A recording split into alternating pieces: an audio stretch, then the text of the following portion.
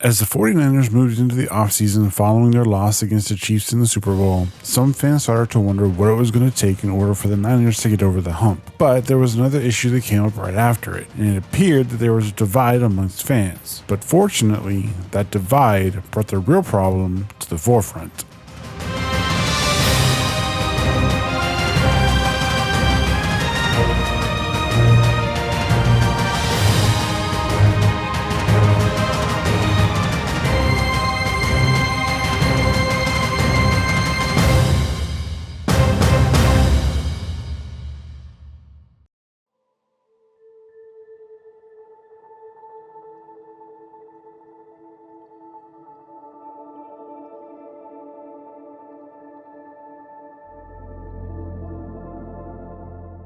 Now, I know what some of you might be thinking when I say the real problem while also naming the first episode of the new season after the name of the 49ers fan base. Don't worry, I'm not about to sit here and trash an entire fan base, especially when I consider myself to be a part of it. This season isn't meant to divide the fan base any further, just the opposite in fact. My goal of this season is to provide some much needed context and nuance to what everyone knows was an objectively bad season, and I won't sugarcoat anything.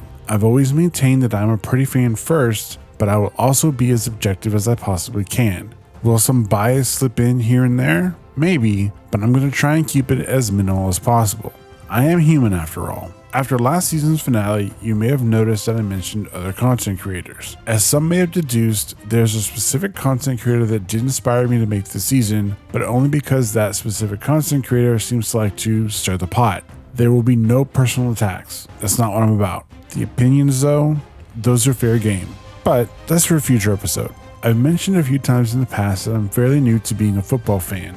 To some, that would mean that I shouldn't really have an opinion on a team that I recently became a fan of, but in truth, I've been associated with the 49ers since the day I was born. You see, I was born in California, and my dad is a diehard Niner fan. I was alive when Joe Montana won his first Super Bowl, and I saw him win his fourth ring with the Niners in 1990 at the age of 9, although if you were to ask me anything about that game, I couldn't tell you a single thing. I don't remember the catch because I wasn't even 2 years old yet.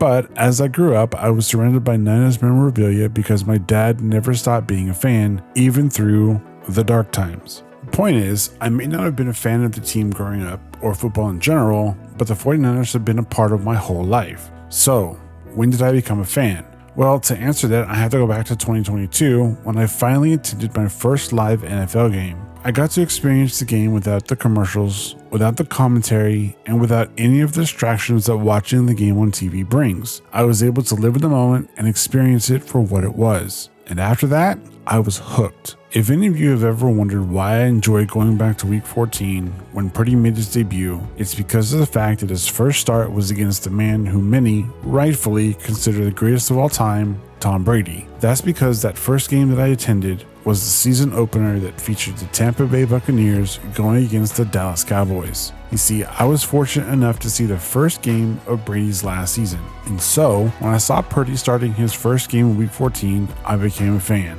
Not because the Niners won, but because I watched a rookie start his first game against a legend. And it didn't look like he was intimidated at all. Yes, I know it was only a regular season game, but you know what they say, you only get one chance to make a first impression. So why did I bring all of that up? Because here was a complete unknown stepping into his first game at home in Levi's against the GOAT. And the most memorable moment of that game was the faithful, knowing virtually nothing about this man, chanting his name after he connected with McCaffrey for the third touchdown of the game. They're chanting Purdy, by the way.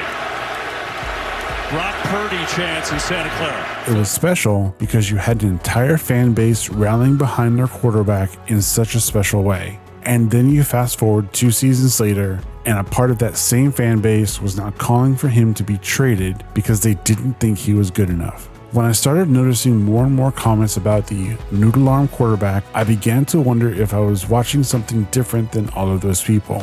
But then it hit me. The comments that they were making, the seemingly random statements that they were echoing, were originating from some of the same content that I myself had been watching, not only from the media, but from other content creators. After a win, negativity. and after a loss, even more. And toward the end of the 2024 season, it got so much worse. It seemed to me that a portion of the faithful had simply lost their faith in their team, in their coach, and especially in their quarterback. Even I began to wonder if maybe I had been seeing everything all wrong the entire time.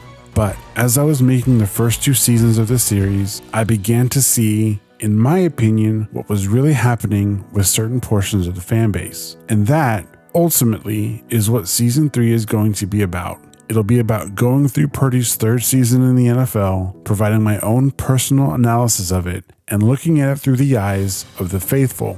And if you're one of those people that subscribe to the opinions of some of the other content creators out there, I challenge you to view this season from my perspective, and maybe, just maybe, you'll regain some of that faith you lost along the way.